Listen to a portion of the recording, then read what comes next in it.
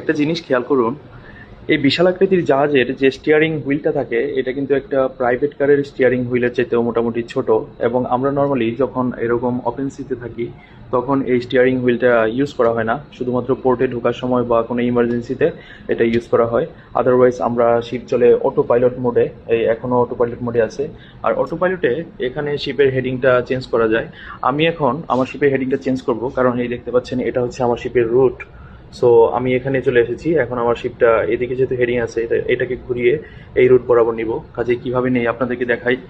এই যে অটো পাইলটের যে নবটা আছে এটাকে আমি এখন ডান দিকে এভাবে ঘুরিয়ে দিব। আমার শিপটা যেহেতু লোডেড কন্ডিশন আছে কাজেই পুরোপুরি ঘোরাবো না, আস্তে আস্তে মানে 4-5 ডিগ্রি করে আস্তে আস্তে আস্তে আস্তে এভাবে ঘোরাবো। দেখুন সামনের মেঘের সাথে মানে আপনি কম্পেয়ার করলে দেখতে পারবেন শিপটা কিভাবে মুভ করছে। ওই তো সামনে খেয়াল করলে দেখতে পারবেন যে শিপের হেডিংটা বা শিপের মাথাটা ডান দিকে মুভ করছে। এই মেঘের সাথে যদি আপনারা কম্পেয়ার করেন তাহলে বুঝতে পারবেন। এবং পেছনে প্রপেলার থ্রাস্ট দেখলেও আপনারা বুঝতে পারবেন।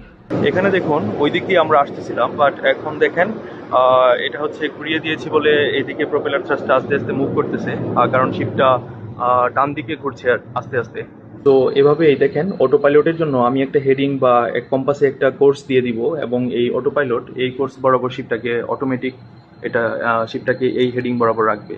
সো এটা খুবই ইজি এবং খুবই কার্যকরী, কারণ এখানে একটা মানুষের কাজ 24 ঘন্টা একটা মানুষের কাজ এই অটো পাইলটটা আমাদেরকে করে দেয়।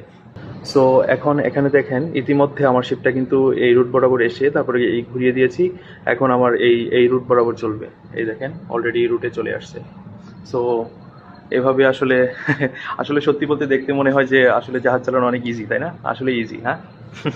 আশা করি ভালো লাগলো। আল্লাহ হাফেজ।